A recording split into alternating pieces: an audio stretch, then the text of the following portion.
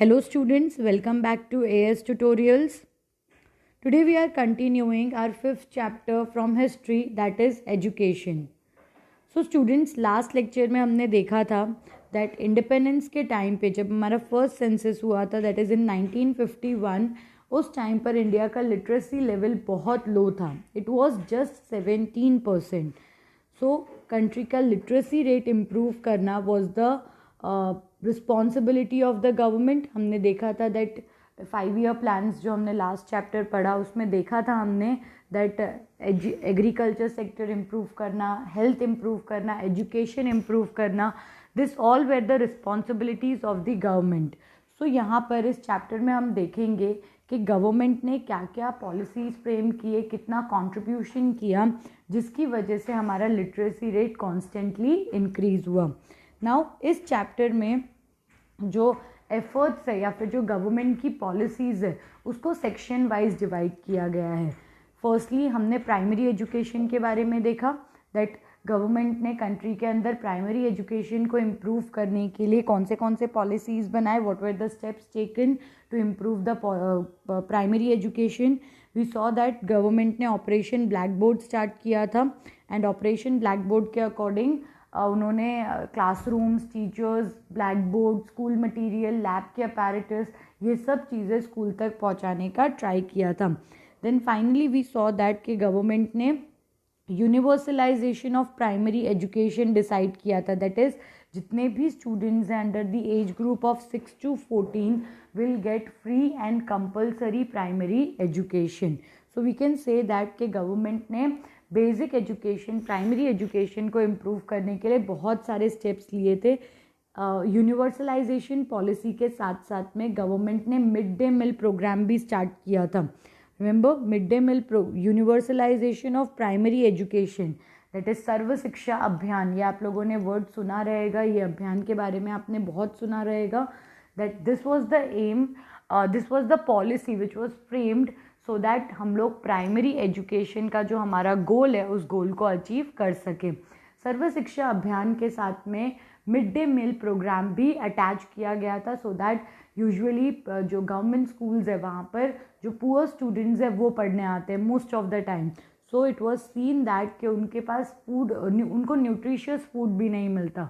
सो इसके लिए क्या किया गया था, सर्व शिक्षा अभियान के साथ midday meal programme join किया गया सो दैट उनको प्रॉपर फूड भी मिल सके. एटलीस्ट एक टाइम पूरे दिन में वो लोग न्यूट्रिशियस फूड कंज्यूम कर सकें. देन उसके बाद हमने सेकेंडरी एजुकेशन जस्ट स्टार्ट ही किया था. सेकेंडरी एजुकेशन में कुछ प्लान्स बनाए गए थे. सेकेंडरी एजुकेशन के लिए कमेटी सेटअप की गई थी, तो वो कमेटी तक हमने पढ़ा था. अब हम देखेंगे कि इस कमेटी ने क्या वर्क किया था, इसकी क्या मेथड्स थे और क्या उन मेथड्स को इम्प्लीमेंट किया गया था या नहीं. The work of the commission. The commission studied secondary education, the nature of the curriculum, method of instruction, teaching methodology, and made certain recommendations. This commission proposed the concept of higher secondary education. However, it was found difficult to implement it all over the country. अब ये जो committee हमने last lecture में पढ़ी थी that एक committee setup की गई थी, उस कमेटी ने रिकमेंड किया था अबाउट वेरियस थिंग्स. क्या क्या रिकमेंड किया था कि करिकुलम क्या होना चाहिए, कौन से वे में बच्चों को इंस्ट्रक्ट करना चाहिए, टीचर्स का मेथड क्या होना चाहिए ऑफ टीचिंग, एंड ऐसे और भी बहुत सारे रिकमेंडेशन दिए गए थे. लेकिन इस कमेटी के रिकमेंडेशंस को हम पूरी तरह इम्प्लीमेंट नहीं करवा पाए थे.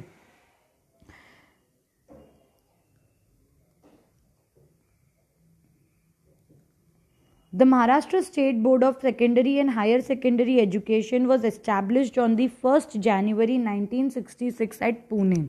This board conducts the school leaving examination for class 10th and class 12th.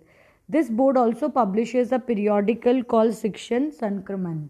Okay, क्या बताया हुआ है यहाँ पे दैट हमारा जो महाराष्ट्र स्टेट बोर्ड है जो हम लोग अभी पढ़ रहे हैं secondary and higher secondary education का कब सेटअप हुआ था, on 1 January 1966.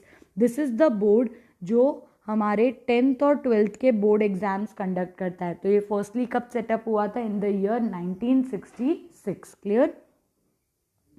The Kothari committee, अभी देखते हैं कोठारी कमेटी का क्या रिकमेंडेशन था। अगेन ये सब कमिटीज़ जो है वो कौन से एजुकेशन पर रिकमेंडेशन दे रहे हैं, सेकेंडरी एजुकेशन। प्राइमरी हमने पढ़ा, फर्स्ट स्टैंडर्ड से लेके 8th स्टैंडर्ड तक का जो हमारा एजुकेशन है दैट कम्स अंडर प्राइमरी। अब आ रहा है हमारा सेकेंडरी एजुकेशन। प्राइमरी एजुकेशन के लिए हमने सर्व शिक्षा अभियान, मिड डे मील प्रोग्राम्स, ये सब चीज़ों को ज्वाइन किया था। अब देखेंगे कि सेकेंडरी एजुकेशन को कंट्री में इम्प्रूव करने के लिए क्या क्या स्टेप्स लिए गए थे। यहाँ पे डिफरेंट कमिटीज़ बनाई गई थी। कमिटीज़ क्या होता है, ग्रुप ऑफ पीपल जिनको काम दिया जाता है टू मेक रिकमेंडेशन, क्योंकि इतनी बड़ी कंट्री है, इंडिपेंडेंस मिला है, बहुत सी चीज़ें चेंज हुई है और बहुत एरिया में वर्क करना पड़ता है। इसीलिए अलग अलग कमिटीज़ फॉर्म की जाती है सो दैट कमिटीज़ जो है वो एक टाइप का वर्क हैंडल करे। जैसे अभी एग्रीकल्चर के रिलेटेड अगर कमिटी फॉर्म हुई है तो वो क्या देखेगी, the work related to agriculture. अगर एजुकेशन के रिलेटेड कमिटी है तो वो क्या देखेगी, work related to the education. यहाँ पर सेकेंडरी एजुकेशन के लिए कोठारी कमीशन सेटअप किया गया था। In 1964, a commission was appointed under the chairmanship of Dr. D.S. Kothari. Dr. J.P. Naik made valuable contribution to the work of this commission. The commission also recommended the 10+2+3 pattern for the secondary, higher secondary and the university examination. The system was implemented from 1972.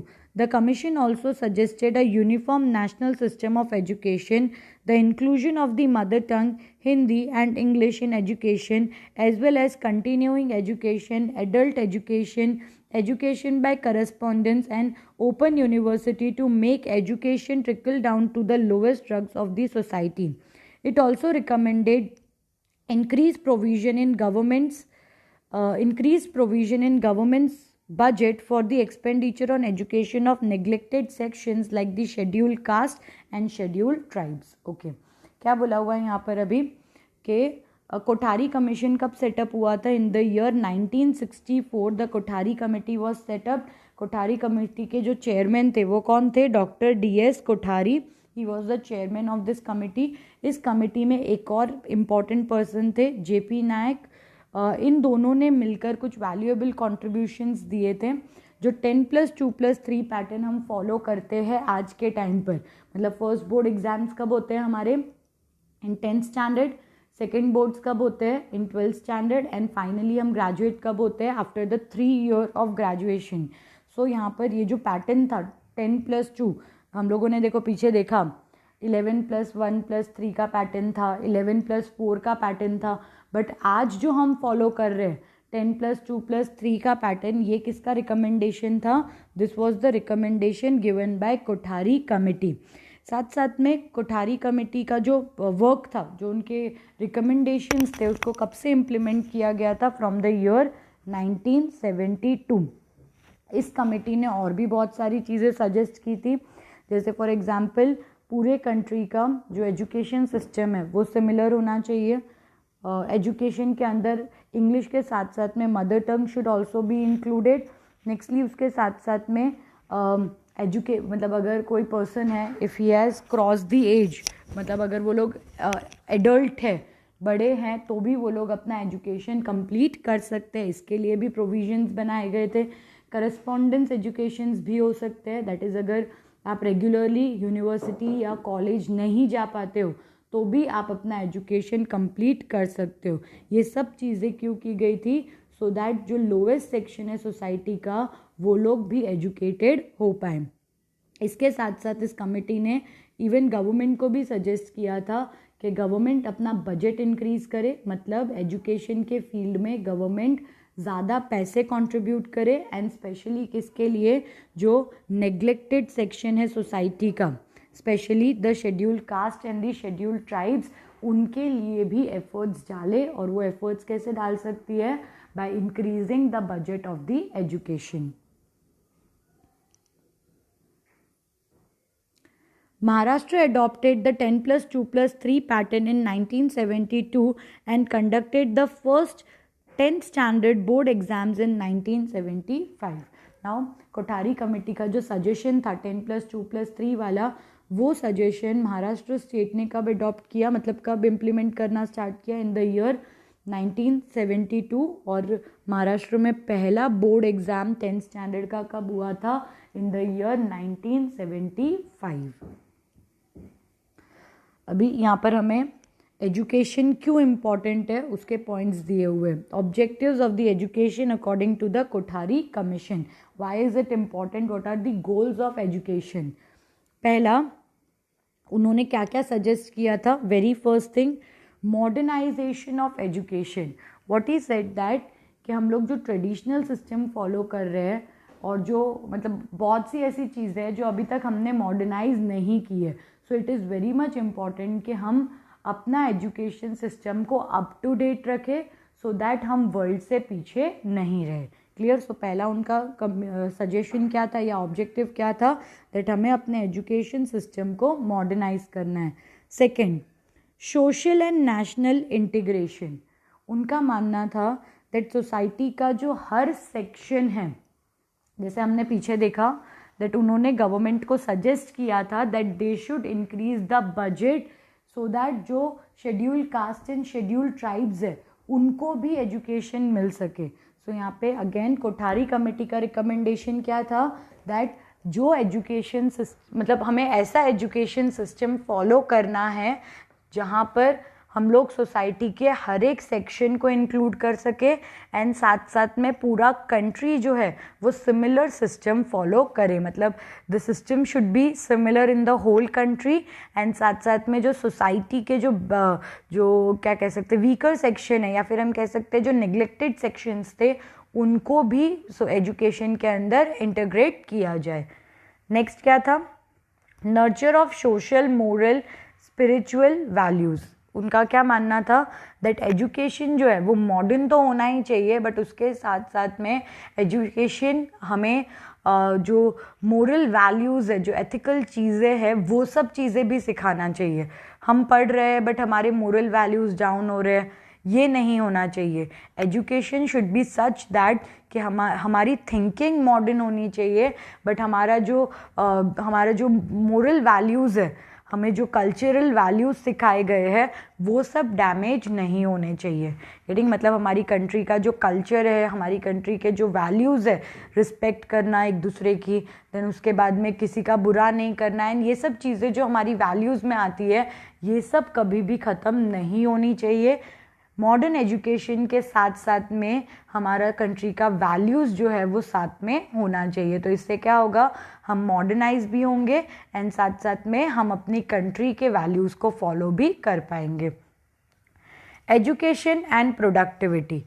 Now Kothari committee का recommendation ये भी था that education सिर्फ bookish नहीं होना चाहिए, क्योंकि अगर एजुकेशन बुकिश हुआ तो 15, 16, 17 साल के एजुकेशन के बाद भी, मतलब we started from the nursery या फिर हम कह सकते हैं हम किंडरगार्टन से स्टार्ट करते हैं, केजी से स्टार्ट करते हैं और तब से लेके ग्रेजुएट होने तक अराउंड कुछ हमें 17-18 साल लग जाते हैं।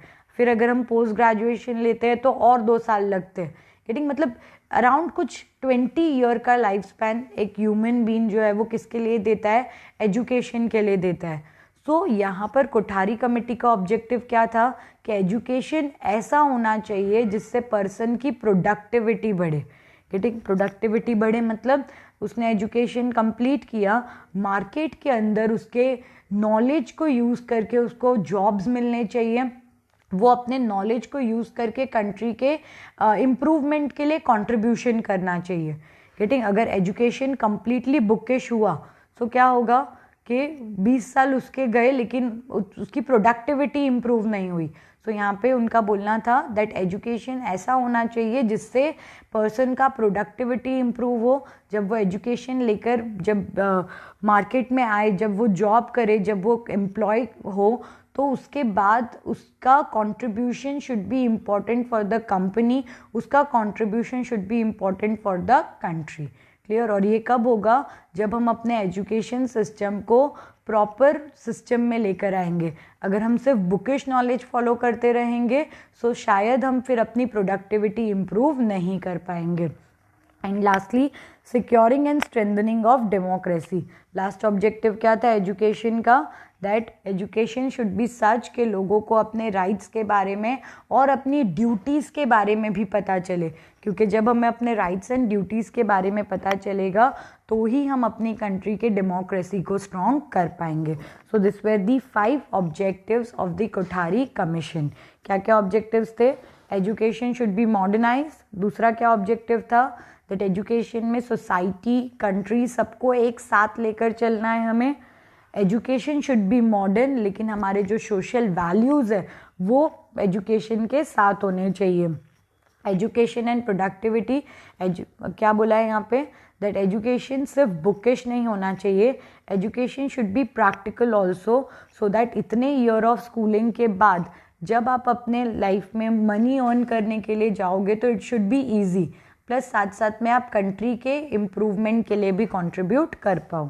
एंड लास्टली क्या बोला है, एजुकेशन शुड बी सच जो हमें अपने राइट्स एंड रिस्पॉन्सिबिलिटीज़ के बारे में बताए, क्योंकि तभी हम डेमोक्रेसी को स्ट्रॉन्गर बना पाएंगे। So this were certain objectives given by the Kothari commission. ये हमारा सेकेंडरी एजुकेशन कंप्लीट होता है। सेकेंडरी एजुकेशन में हमने कुछ कमेटी के रिकमेंडेशन देखे, जिसमें से कोठारी कमेटी के रिकमेंडेशन को एक्सेप्ट किया गया था। कोठारी कमेटी का मेजर रिकमेंडेशंस क्या क्या थे, 10+2+3 पैटर्न फॉलो करना है हमें, Hindi and English should be included in the education, government should increase the budget for the neglected sections. This were the main points given by the Kothari commission. Maharashtra board ने Kothari committee के recommendations को 1972 में accept किया था and finally 1975 में पहला board exam conduct हुआ था। ओके, अब हमारा नेक्स्ट टॉपिक आता है हायर एजुकेशन। ठीक है, देखते हैं what is given about the higher education. Education in the post independence era. After independence in 1948, the central government appointed the University Education Commission, whose chairman was Dr. Sarvapalli Radhakrishna. Its functions included financial grants, the standard of the universities and their coordination. क्या बोला हुआ है यहाँ पे, 1948 में मतलब independence के बाद there was a committee appointed जो यूनिवर्सिटी एग्जाम्स के बारे में प्रिपेयर करती थी, और उसके चेयरमैन कौन थे, डॉक्टर सर्वपल्ली राधाकृष्णा, जिनके बर्थडे पे हम टीचर्स डे सेलिब्रेट करते हैं। He was the chairman of the committee. कौन सी कमिटी, जो कमिटी यूनिवर्सिटी एजुकेशन के बारे में सजेशंस देने वाली थी। इस कमिटी का एम क्या क्या था, इस कमिटी के फंक्शंस क्या क्या थे, फाइनेंशियल ग्रांट्स प्रोवाइड करना, देन उसके बाद यूनिवर्सिटीज़ का स्टैंडर्ड क्या होना चाहिए, स्टैंडर्ड मतलब उनका जो क्वालिटी ऑफ एजुकेशन है वो क्या होना चाहिए, ये सब चीज़ें इस यूनिवर्सिटी को डिस्कस करनी थी। एंड इस यूनिवर्सिटी के चेयरमैन कौन थे, doctor Sarvepalli Radhakrishnan. Method of functioning, अभी देखते हैं कि ये कमिटी कैसे फंक्शन कर रही थी, कैसे काम कर रही थी। The commission accepted the 5-year plan method. It began to sanction and disburse grants to the universities on behalf of the government. The commission undertake planning of university examination, coordination of syllabi, giving primacy to national needs through education and the planning and implementation of various schemes of higher education. It has done valuable work in the establishment of University Development Council, Centers for Advanced Studies for postgraduate educations, establishing new universities.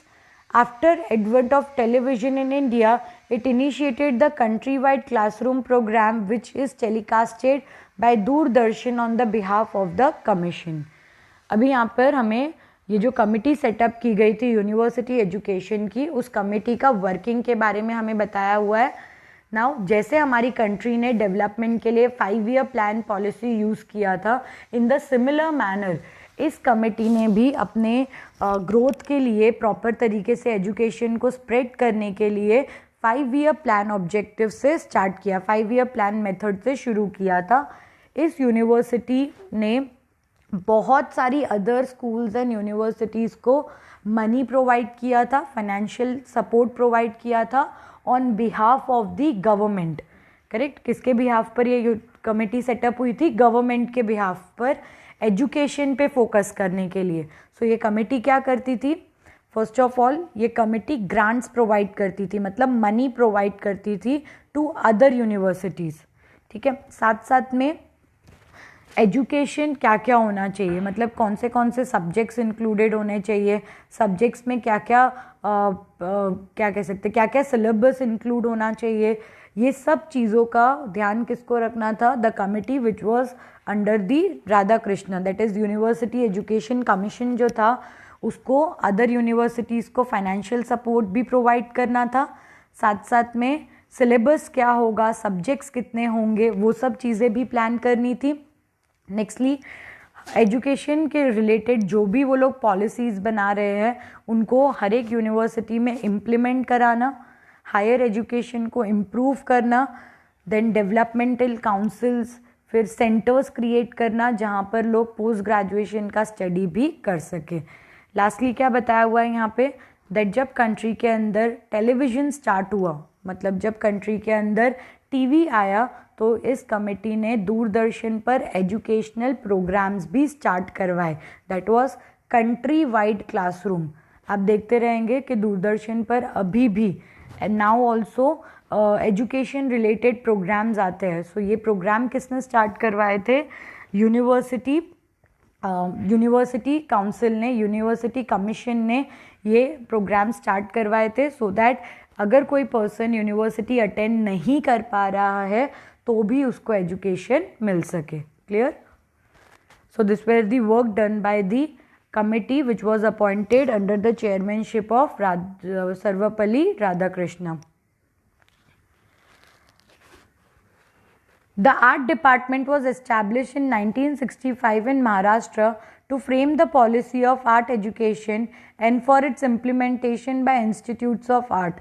The department undertook the responsibility of organizing the drawing grade level examination at the school